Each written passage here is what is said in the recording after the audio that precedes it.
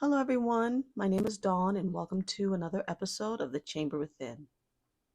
Have you ever fallen out of love or friendship with someone you cared for deeply? Perhaps there was no argument, no outright betrayal, or no big dramatic ending, but one day you simply realized that the connection wasn't what it once was. You know, the conversations began to feel different, or maybe the common interests that you both shared has now faded away and the relationship began to feel different. If you've ever experienced this, you're not alone. In reality, people in relationships for all sorts of reasons, different values, different priorities. You may be in a different stage of life from the other person at that time. There could be some unhealed wounds between you. Geography may be keeping you apart, or something very common as simple miscommunication.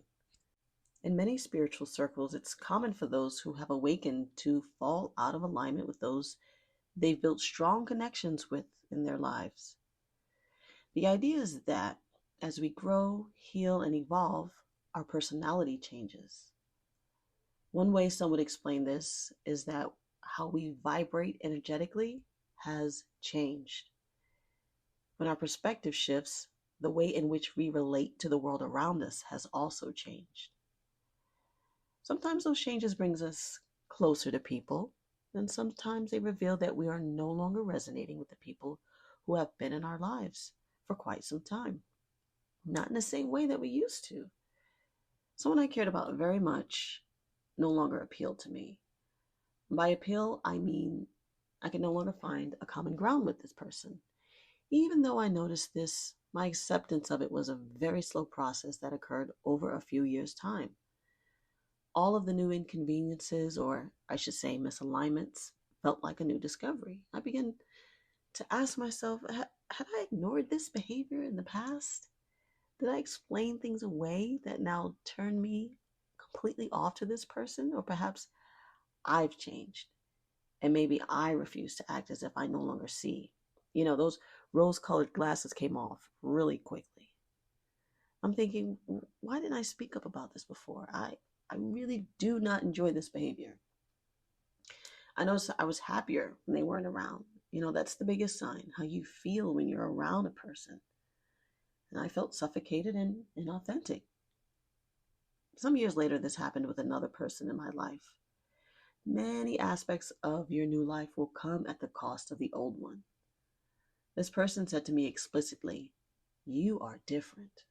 Now, I knew this and was secretly struggling with it. So if they also knew it, it was just undeniable. I couldn't argue with it. They were right. It feels unfair to lose what you're most familiar with, most comfortable with. It feels unfair even when it's people who may not be the right fit for you in a particular stage of life. They did not like this version of me and no longer speaks to me, which is fine and also necessary. Well, that might not be the right word, necessary, but I'll say it's understandable. What I have learned is that growth happens when you're able to move beyond what you already know, crossing that line into the unfamiliar, the unknown. Ooh, is scary, but this unknown is also where expansion exists. The potential of letting go and moving forward. You have silly little questions like, well, who am I without this person playing this role in my life? And the answer is, I'm still me, which is comforting because I know who I am. Actually, I know who I am more and more each day. I have had a hard time letting go of people, even when it seems best to do so in the past. I love you, but I cannot continue this journey with you. What I have also learned is that it's an act of self love to no longer entertain what consistently hurts you, or, as we say, no longer serves you. From a higher standpoint, if I was meditating, right, truly in a peaceful state, the takeaway would be, well, didn't this relationship serve as a learning lesson? The answer would be yes, but I no longer need this in order to grow. If we do not get along, no longer recognize one another, then the vibes have certainly changed. We're on different stations, and maybe this unfamiliarity, if we stay with this metaphor of vibrations, frequency, and being on different channels, then perhaps we can no longer move forward because there's just too much static between us. What if instead of getting our hearts broken or blaming one another for who's right and who's wrong, feeling guilt or shame, we could just come to the understanding that our vibratory match has simply changed. Our walk together has ended, and we have come to the end of our mutual lesson. I'll tell you why. Because that crap hurts. It hurts. And that just sounds like spiritual bypassing, honestly. Yeah, it would be nice to know all of this ahead of time. But going through all the motions, emotions even, sucks. It sucks. That's the truth. I don't like it. It's not fun. Like the saying goes, life can only be lived forward, but understood backwards. Now, a shift in consciousness has been said to have the ability to move mountains. So why wouldn't it disrupt relationships? In a very strange way, this brings me solace. This knowledge of the metaphysical world, living in a metaphysical age where everyone is now accepting affirmations as a tool to live a better life, how we can reach deep within and recognize we're never alone truly as we access our consciousness, our higher consciousness. The good news is this: it's okay to grow apart. It's okay to change. And even more importantly, it's okay to let go. That's the part I struggled with. The brain has made a person in your life a habit.